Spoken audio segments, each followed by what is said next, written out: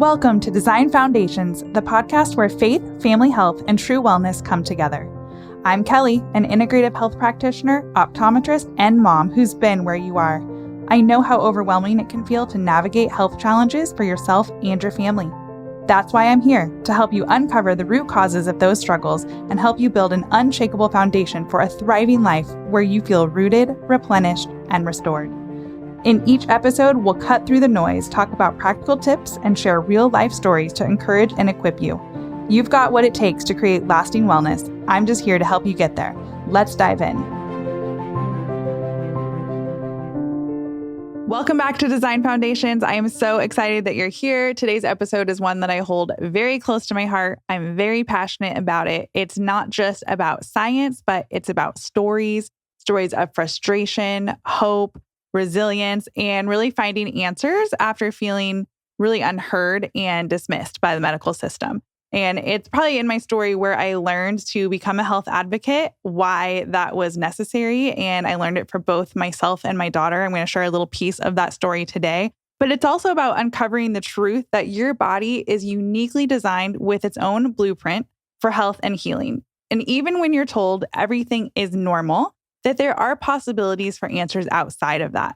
And we talked a lot in the previous episodes of just about general foundations and a starting point. And this is really a great starting point from a physical perspective. You have tangible results that you can see, your lab markers, it's showing your unique biochemistry within your body. And so I do recommend doing functional blood work at the start at any point in your health journey or your walk to really take a peek and see where you are at. We're going to kind of unpack that today on why that's important and the need for it and why it is such a great starting point. So I want to start with a question. Have you ever left a doctor's office or been in a doctor's office where you feel small? You're not feeling heard.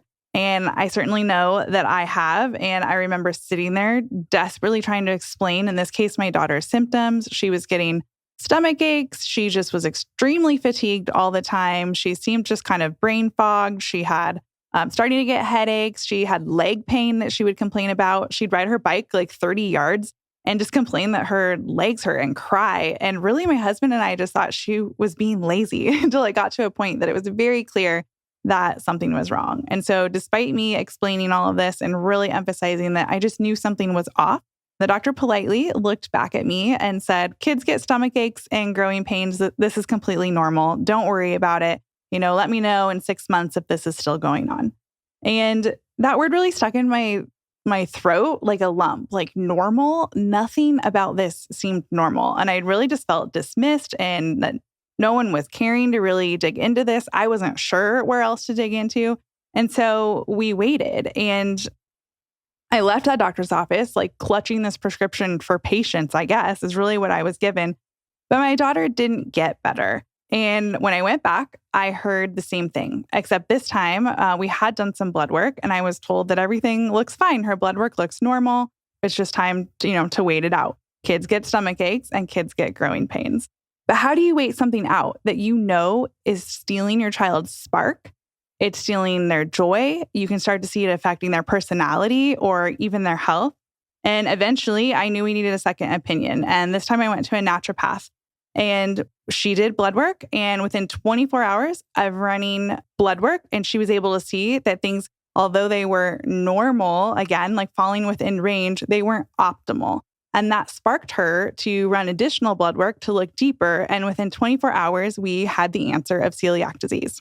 And again, I want to emphasize the reason they didn't just look for normal, they were looking for optimal. And by looking at things that were falling within near out of range, we were able to see a deeper picture and story behind the why of her symptoms. They looked at the story that her body was trying to tell through those lab markers. And when I brought those results back to my pediatrician, I'll never forget her dismissive reply of, "These are like bringing me notes from your spiritual healer." And these notes were from a board-certified naturopath. It was LabCorp blood work. There was nothing spiritual about this. This is the same lab work that you would have run in any pediatrician's office, PCP, any ER of any major hospital, regular LabCorp blood work. The only difference this time is that someone cared to look deeper and ask the right questions. Fast forward a few years, and I actually found myself in a really similar health scenario, except for this time it was me sitting across from countless doctors explaining my own symptoms that were really, truly unraveling my life. I was completely fatigued.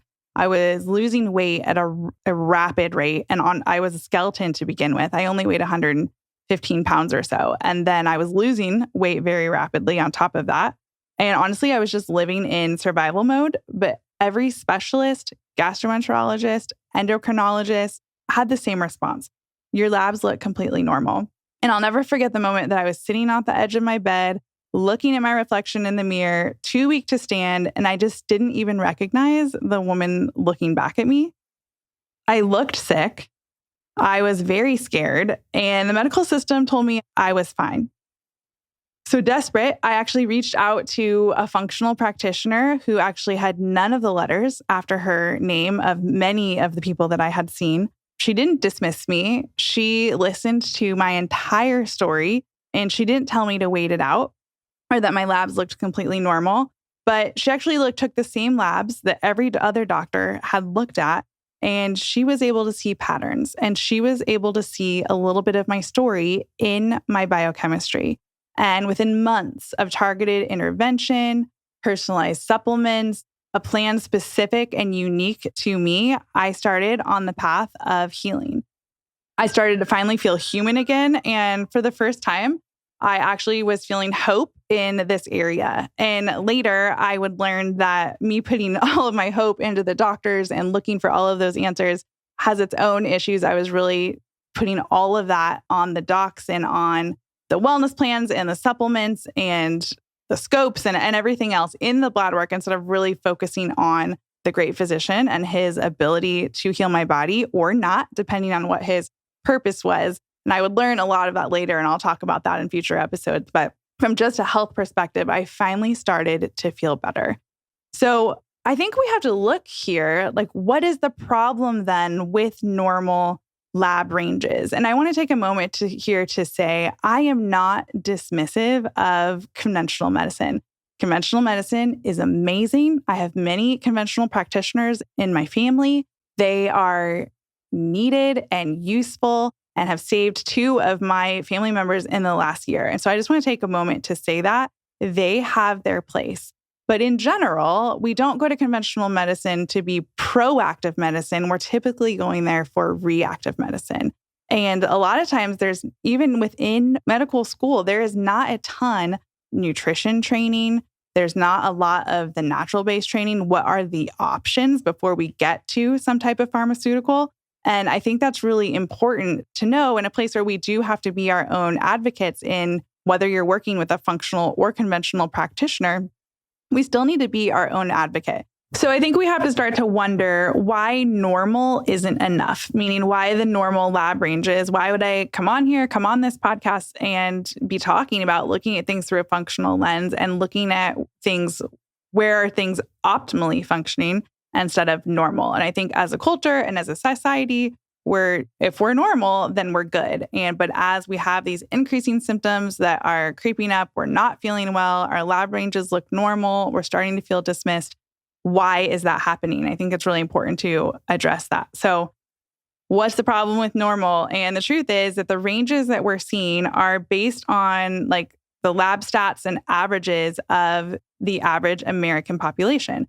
And most of us would agree that the American population is more and more chronically ill, heart disease, diabetes, autoimmune conditions. All chronic diseases are on the rise. 1 in 5 kids has some type of chronic condition.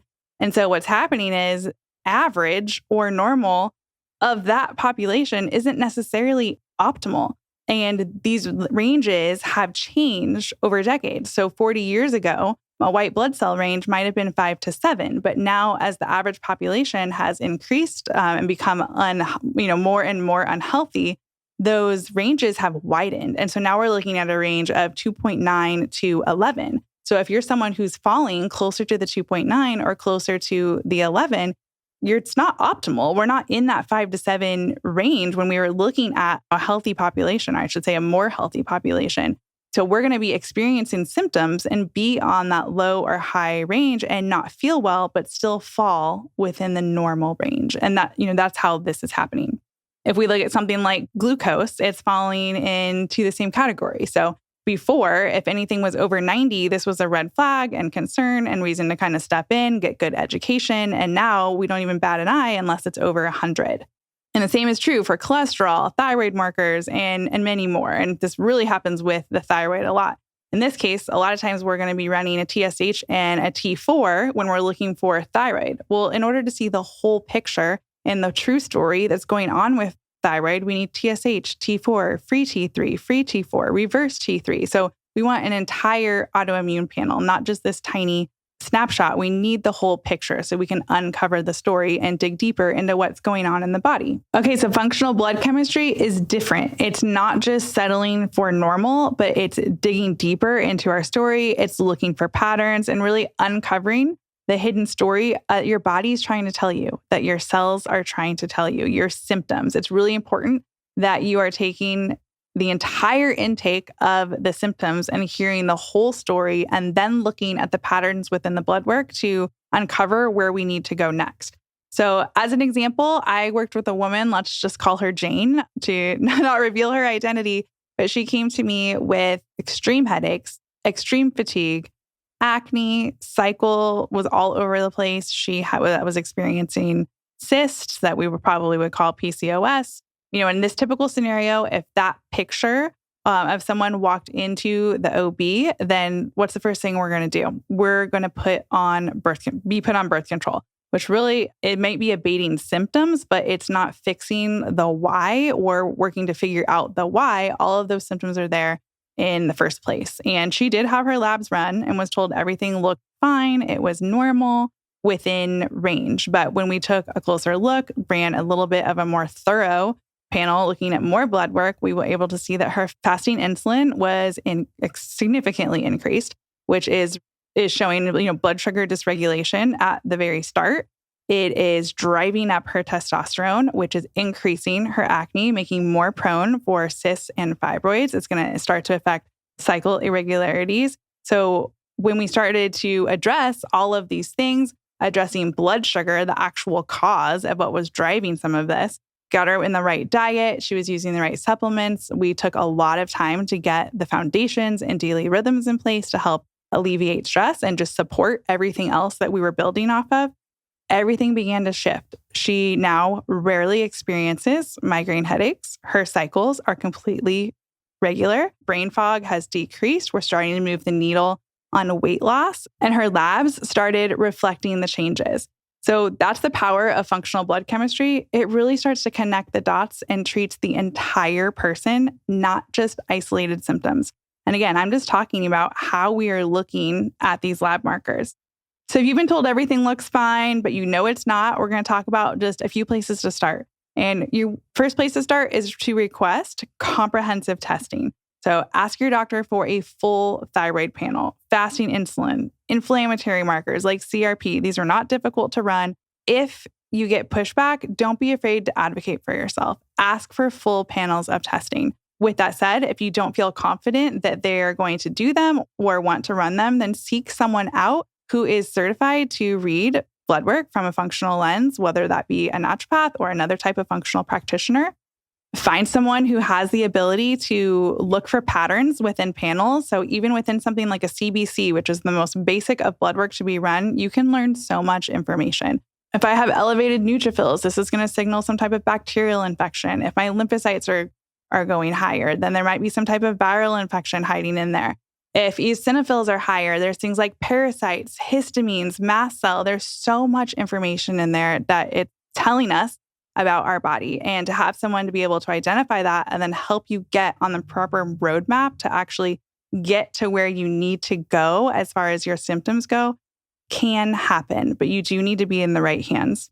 Like I shared before, was so passionate about the changes that were made in my own life in working through a practitioner like this that I actually became one myself. My original career actually started in optometry, and I still do some of that and hold that license, but I really made a career shift. And again, we'll share about that in another Another episode, so much to share, but I feel so passionate about the story that looking at blood work from a functional lens can provide you so much hope and so much of a more clear path and direction in where to go. So the beauty of functional blood chemistry, kind of in close, is that it doesn't just look for problems, but it uncovers your body's blueprint for thriving in order to thrive and move forward. Even things like very small tweaks like balancing blood sugar or just supporting your liver health can be huge to lead to profound changes and lasting change in your life. And the best part, it's really never too late to start. So anyone can start no matter where they're at, no matter what medications you're on. There is benefit in looking at the true story and what's going on in your blood work, what's going on with your symptoms, looking at the whole person rather than just snapshots of thyroid or liver health or even food sensitivities, right? If we're going down a even more functional path with testing, we need to be looking at the whole picture. So I want you to know this, you're not broken. Your body is speaking to you. If the world has told you to stop listening, I'm asking you to continue to be your own health advocate, to seek out those answers. They are there.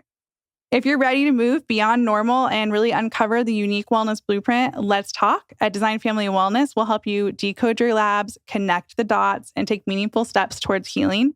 Reach out today. I would absolutely love to be a part of your story. Thank you for joining me on Design Foundations. Remember, your health isn't just about lab numbers, but it's about reclaiming the life that you were designed to live. Until next time, stay rooted in hope, faith, and grace. You've got this, and I'm cheering you on.